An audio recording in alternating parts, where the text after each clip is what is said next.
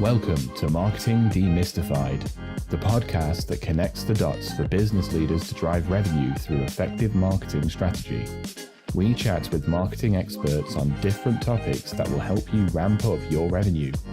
We stream live on LinkedIn, Twitter, and YouTube, and you can listen to us on your favorite podcast platforms. Marketing Demystified, the podcast, is presented to you by GrowGetter, your partner in growth marketing.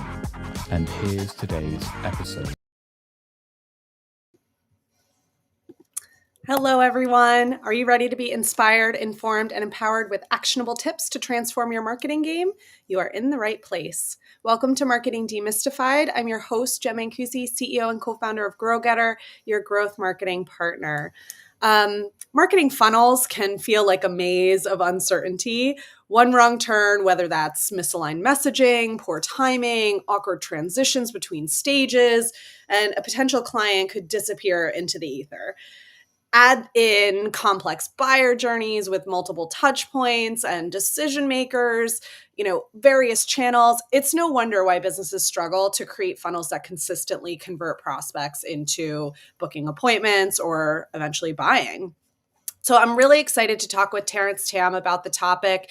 He has mastered the art of creating marketing funnels that consistently generate quality appointments and is the Chief of Radicalness at Radical Marketing, former founder of multiple successful companies. He brings a wealth of knowledge in lead generation and appointment scheduling, helping businesses transform their scattered marketing efforts into streamlined systems that work. Welcome to the show, Terence. Hey, Jen. Glad to be here. Really glad to have you here today. I love this topic, and mostly because I think it's such a tough one. It's so hard to figure out the funnel and execute on it and keep on top of it. So I just always love talking about this topic, and I'm really excited to hear your perspective. Great. Looking forward to it. So why don't we start? I'd love to hear your perspective. What's the biggest misconception you see business leaders have about marketing funnels and appointment setting? Great question. So there are quite a few, but let me start with the first one, and that is jumping from one funnel to another. So many times I see business owners, they kind of jump from one funnel and then they pick up a new course and I should jump to this other funnel. Now, the thing is, I believe you should really test one funnel because there's so many different things that you can optimize within that one funnel.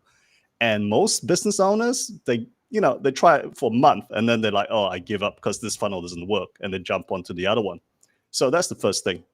And second thing, once they got a funnel that's working, they don't test other funnels. So this kind of sounds like a dichotomy where I'm contradicting myself, but not really, because you really need to work out your first funnel that really works first, then test out other funnels and see if the new funnel actually gets you a better return on your ad spend. Because we, as marketers, we constantly want to find lower costs anyway for getting quality leads, right? So that's the second thing.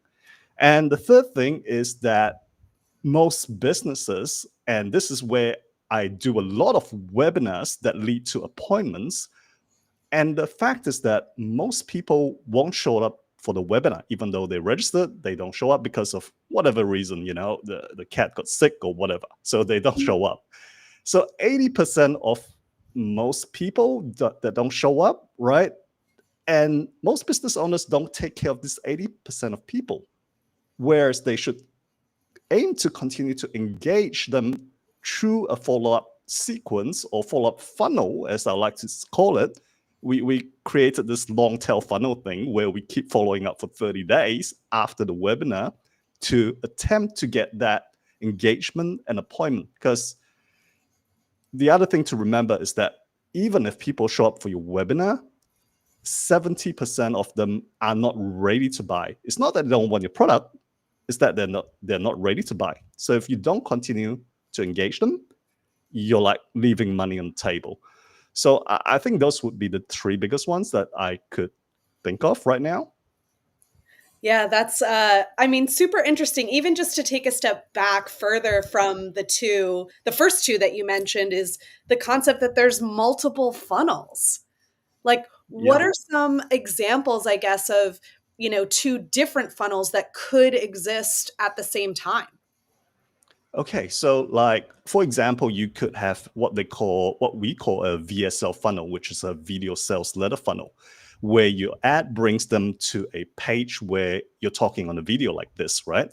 And you're basically pitching them and giving value and pitching them the appointment, right? So that's one.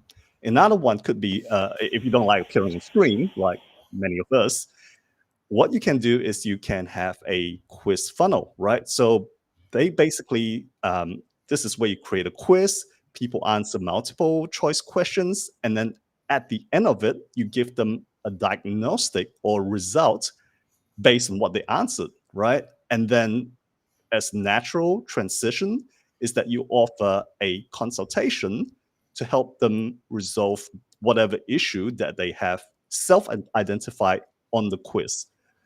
And like I mentioned, the other one is like webinars, right? Just basically having that webinar where you're sharing value for half an hour, or sometimes even 2 hours. And the call to action is like, hey, come for a one-on-one with me where we can dive deeper into your situation and you can take away some actionable tips to actually implement to get results, right? So I'm just off the top of my head that these are the three that I think are super powerful for most businesses. Yeah.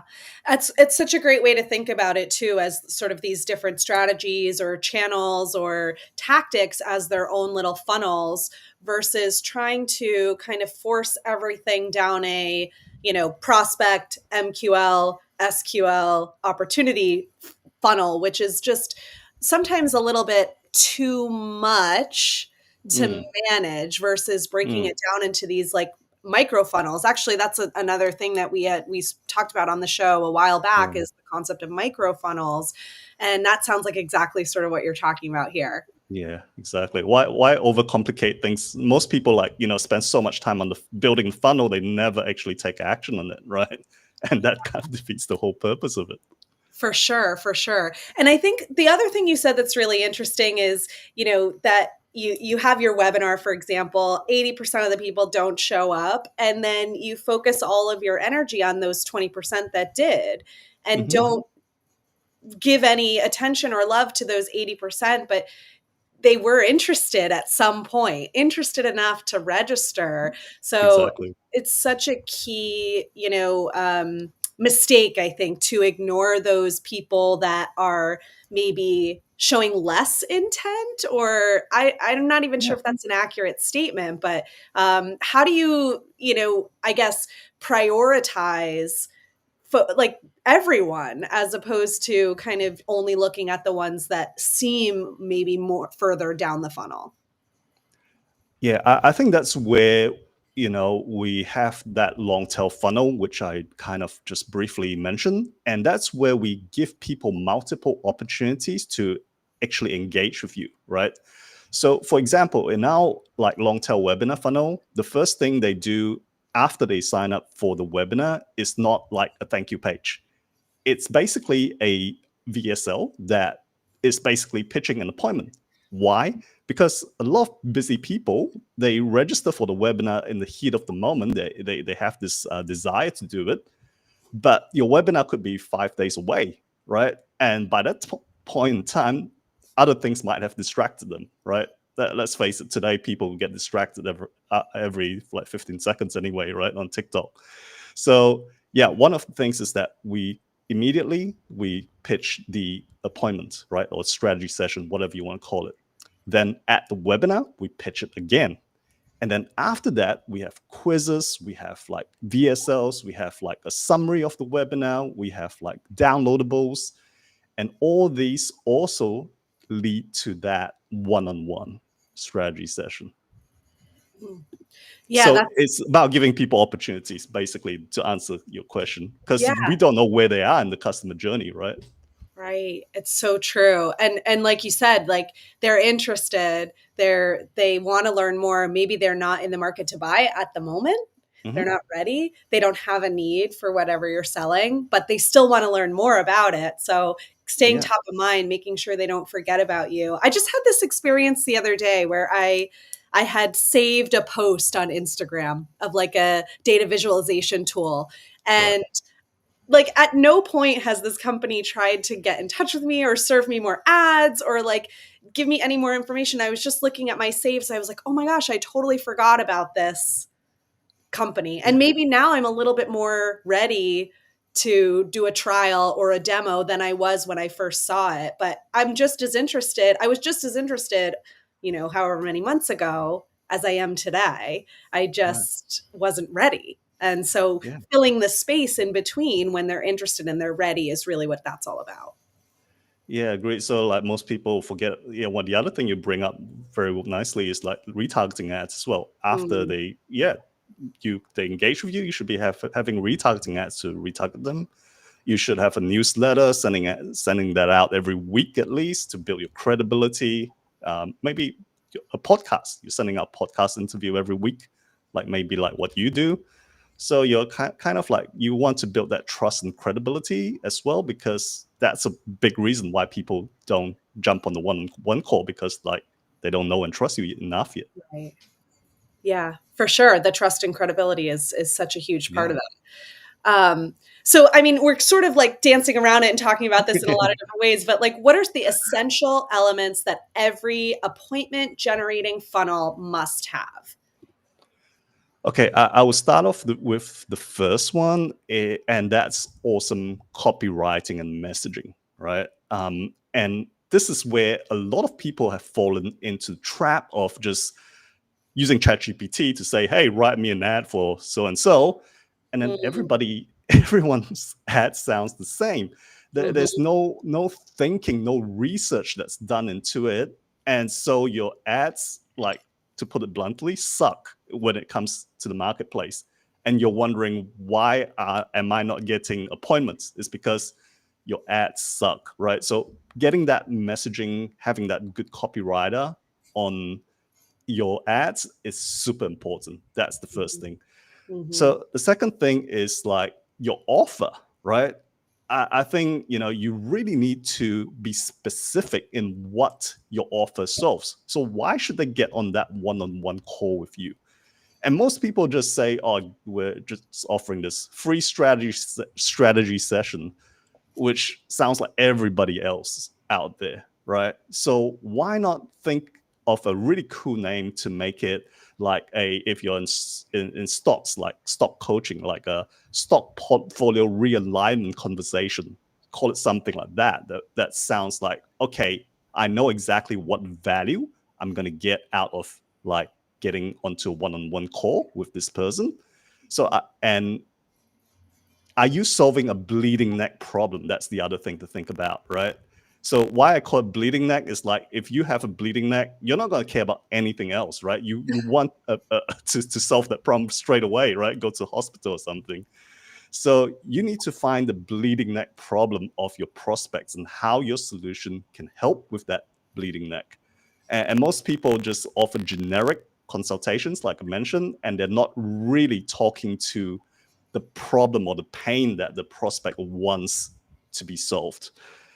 And I think the final thing is just being aware of the customer journey, like we alluded to just now, right? Where people are, you need to go through that various phases of awareness, right? So at first, people don't even know they have a problem. Like, let's talk about, say, leaky gut syndrome, right? They just feel fatigue, but they don't know why, right?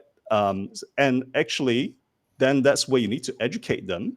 Hey, if you're showing signs of like experiencing symptoms of being fatigued, maybe you have leaky gut syndrome. So now they're educated about the problem, so they're problem aware.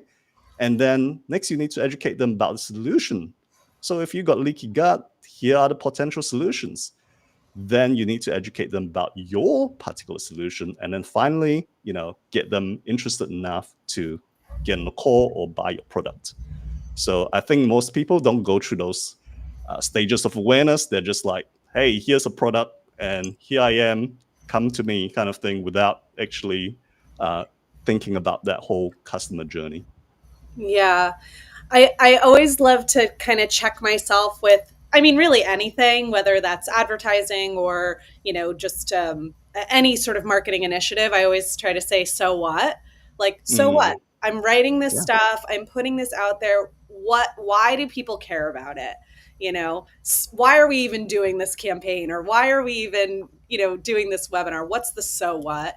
And that really helps me to take a step back and think, like, is anybody going to actually care about this? Or like you said, everything sounds the same.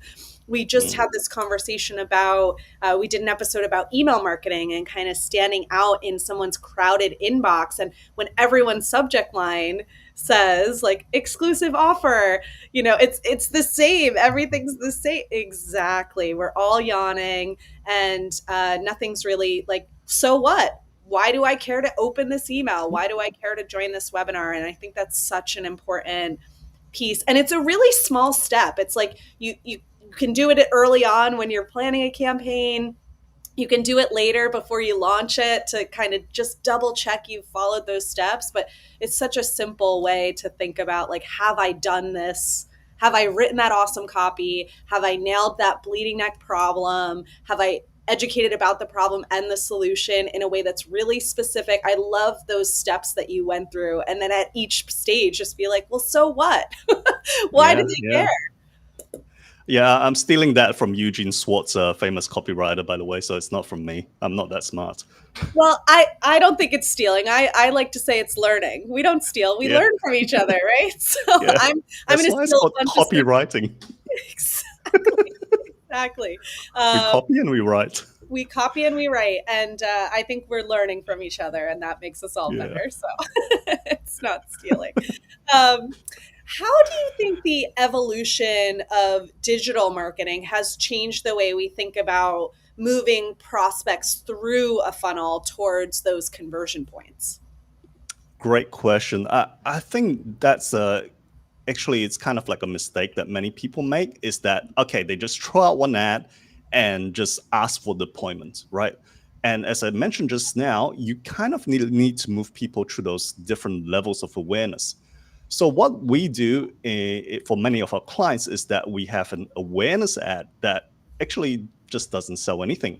And it could be just you appearing with interviewing a famous person, for example, right? Just to build that credibility, so that it's like, for example, if you interview Tony Robbins and you're in the personal development space, people will be like, oh, who's this guy that's interviewing Tony Robbins, right? And then you're basically, but you're just like, it's pure awareness, right? You're not selling anything there.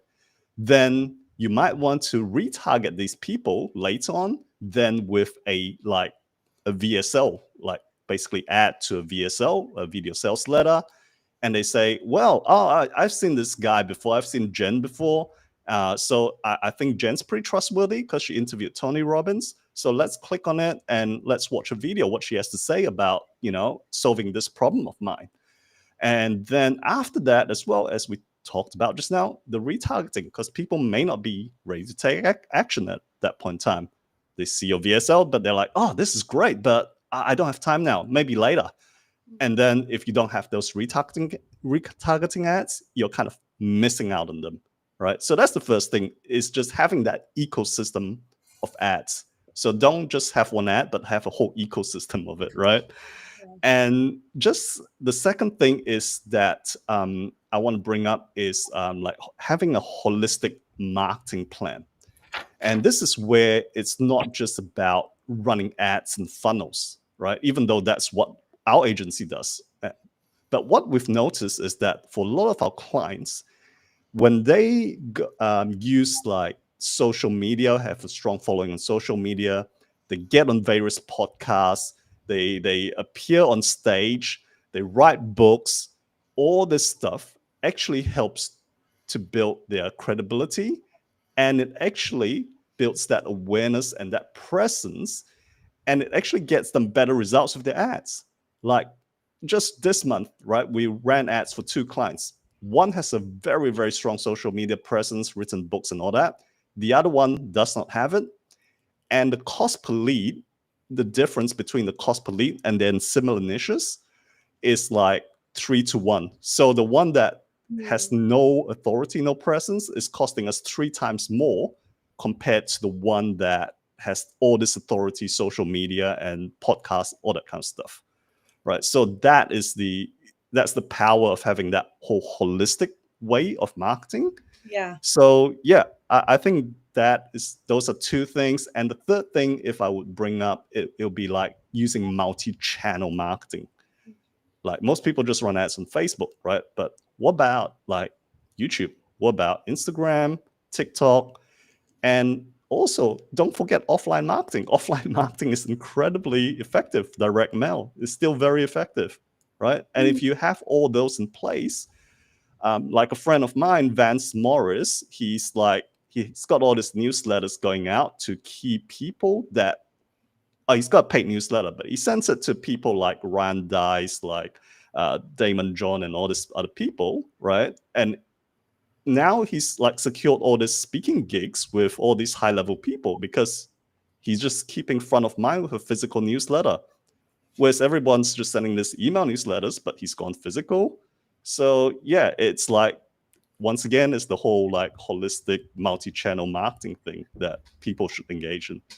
For sure. And I love the metric that you shared about the cost per leads being lower when you have some authority and some awareness. Like there are so many companies and business leaders out there that I hear they don't want to invest in brand.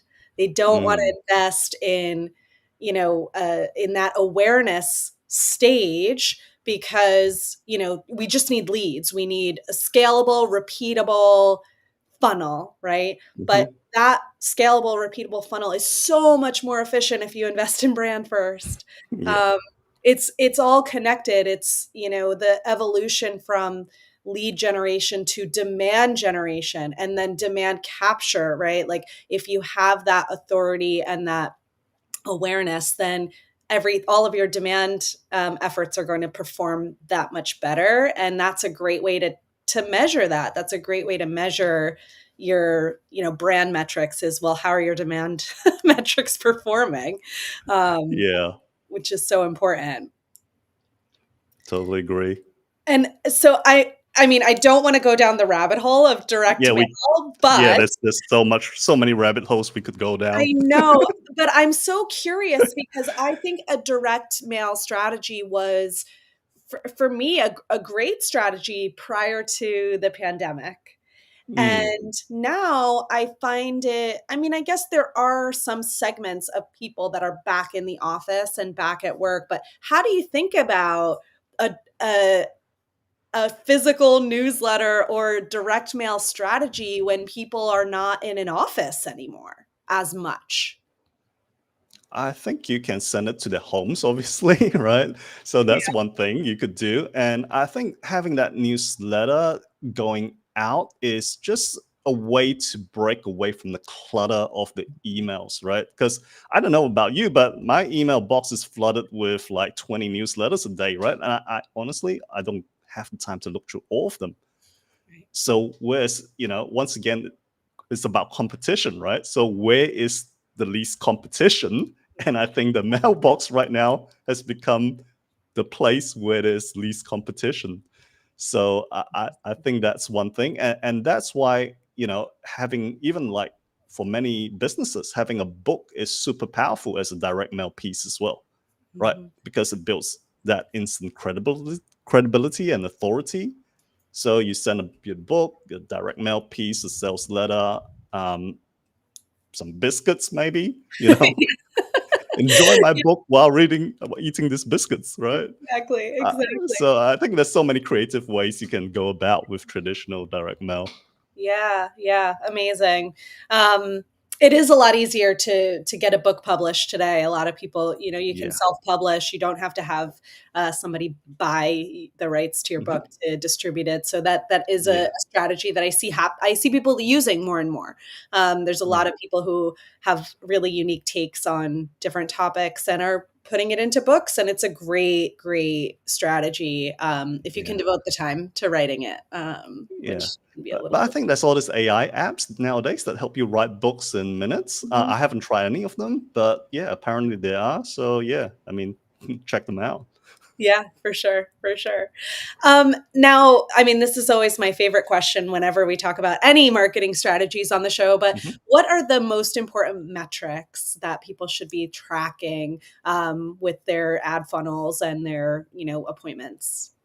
Okay, I'm gonna look through my notes here so I don't miss any of them, right? Oh, I love First of all, I think it's cost per sale. That's what you really need to know. What's your cost per sale? And I think cost per sale beyond that is about also looking at the customer lifetime value, which most people don't do, right? They just see, okay, I spend like $10 on ads and I got $12 in sales. But they don't see the value of the long-term value of each customer, because each customer could be spending more than $12 with you. Mhm. It could be like over 5 years on average, they spend like $100 with you. So then, if that's the case, you're 10xing your money um, with advertising, right? So that's one thing I just want to quickly bring up. The second thing is obviously show ups, right? Cost per show up is important for appointments. Cost per lead is obviously important as well. And I think the landing page conversion rate, that is something that is like a low hanging fruit where, it's so easy to just improve your landing page conversion rate by say 20% or 30% just by changing the headline sometimes. So that is something that we definitely want you to look into on a consistent basis. And in terms of the ads, we want to look at several metrics, right? One is your CTR all.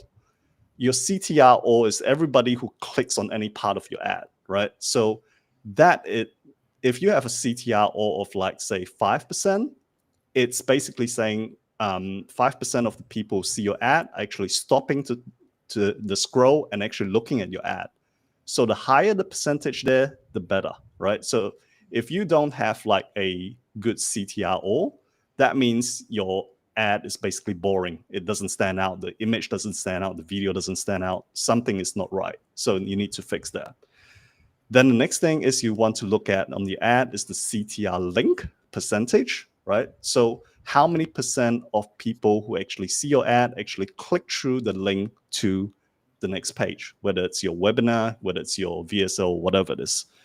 Okay, so if, say, for example, you have like a 5% CTR or and a 0.5% CTR link, that means your ad copy is not persuasive enough or your video is not persuasive enough because you're stopping people from scrolling, but you are not getting them to click. So that's where you need to look at the body of your copy or the content of your video ad to try and improve that. And of course, if you're using videos, you need to look at your video view percentage. So to get them to landing page, right? So it's like you want to look at how many people stop at 25%, at 50% of the video, at 75%, and how many actually view all the whole video. So by doing that, you'll be able to like tweak your video to optimize it and just make it get more people to actually click on the video to go to the next page. And whether it's VSO, webinar, or quiz funnel, or whatever it is.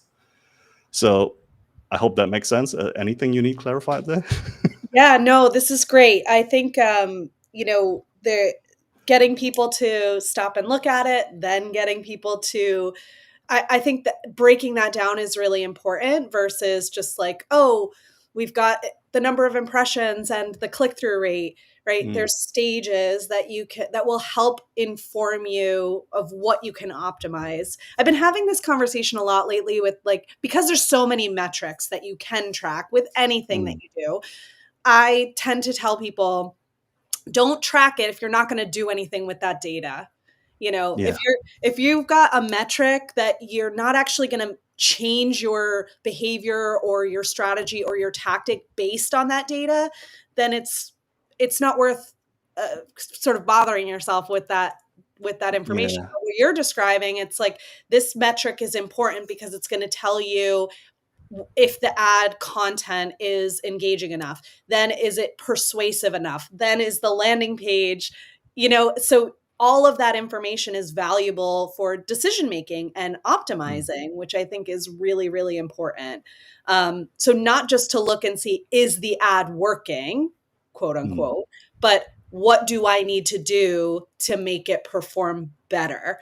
Because a lot of mistakes I see made with an ad strategy is we put up an ad and we let it run for 30 days.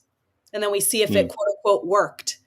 But you have to be continuously optimizing it, test that landing page headline, like you said, A/B test it. All of the traffic that gets to that landing page, you split test it 50-50, or maybe there's 3 versions, and, be constantly optimizing it for that metric that you're really trying to drive. And then the other thing that you said that I think is so critical is that you don't start with cost per lead. Like maybe that's a metric you're tracking, but that's not the primary metric. It's the cost per sale or the cost per appointment, because I, as a marketer, can drive a lot of really inexpensive leads. They won't necessarily be the right people. But if that's the only thing we're tracking, if my objective as a marketer is low lead cost, I can do that very easily without thinking about the other things. Yeah. I mean, you can, especially, it's so easy to, say, promise great things, and a lot of people will just sign up, but they're not quality leads, right? Yeah, exactly. You have too broad of an audience, or, you promise great things, and there's a lot of ways that you can get the wrong people into your funnel. And I think focusing on the wrong metrics will actually encourage that behavior, if that's the primary metric you're looking at. So I thought that was really important that you sort of started with that cost for that first sale, the lifetime value. Like those are the metrics you really care about. And it is tricky. That's really the most important thing, actually. Yeah, it can be tricky if you have a long sales cycle, because you don't know the answer to that question right away, which is where the other metrics become important. But longer term, that's the thing that you care about the most. And I think that kind of brings us back to the question one, that when you asked, one of the key mistakes is that people do not spend enough time optimizing the funnel. Like, what's the answer, right? And because there's so many things you need to optimize, and they give up too fast. Yeah, for sure. Well, and I think that that sort of brings me to my next question a little bit about timing. Like, how do you think about we talked about different stages and sort of giving people providing some authority, and then telling them a little bit about the problem, and, retargeting along the way. How do you think about the timing of moving people through the funnel? And then also maybe timing of managing the campaigns and the funnels that you have going on. So, from the perspective of the person that your prospect that you're trying to get to book an appointment, you don't want to rush them. You don't want to lose them. So how do you think about timing from that perspective? And then how do you think about timing internally, and how you're managing and optimizing? That's a great question. And I think that's where the long tail webinar that I kind of talked about just now kind of is to me, that is one of the solutions to it. It's not the only solution, but that's one of the solutions. But I think the other thing to just, and it's about also constantly engaging with the prospect, right? And just understanding where they're at, and just having that opportunity for them to engage with you. And I think this is where also you can kind of create different pieces of content and put it out there in the form of, like, say, a video or a blog post or a podcast, like what we're doing now. And each of these pieces of content can address like a different level of awareness, like I mentioned earlier with the leaky gut kind of example, right?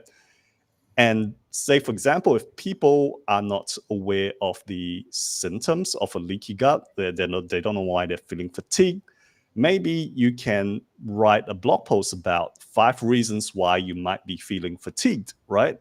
And run ads to that, or send out an email to your whole prospect list and say, hey, just written a cool article on 5 reasons you might be fatigued and how to get rid of fatigue, right? And see who clicks on it. right? That's how you segment your list to see at what level of awareness and readiness they're at. So the people that click on that, they might be at stage 1. And then you tag them. And then in stage 2, where you want to educate them about like the various solutions, right? This is where you talk about, you can take various supplements, the 5 supplements to take for leaky gut syndrome, for example, right? And then once again, you send it out to people, you tag them, then you know at what stage you're at in the customer journey and awareness, and then you can do retargeting ads. You can basically send them offers or more content to move them along that customer journey until they're ready to buy, right? So I think that sounds a little bit complicated for most people. So and for most business owners, it's probably a bit too much to do, execute. So what I'll say is, once again, coming back to all right, if they don't buy, put them in a newsletter, right? Have that follow-up sequence. And then if they still don't buy, put them in a newsletter, be in touch with them, run retargeting ads to them so that when they're ready, basically they know who to look out for. Yeah. That's a simple way.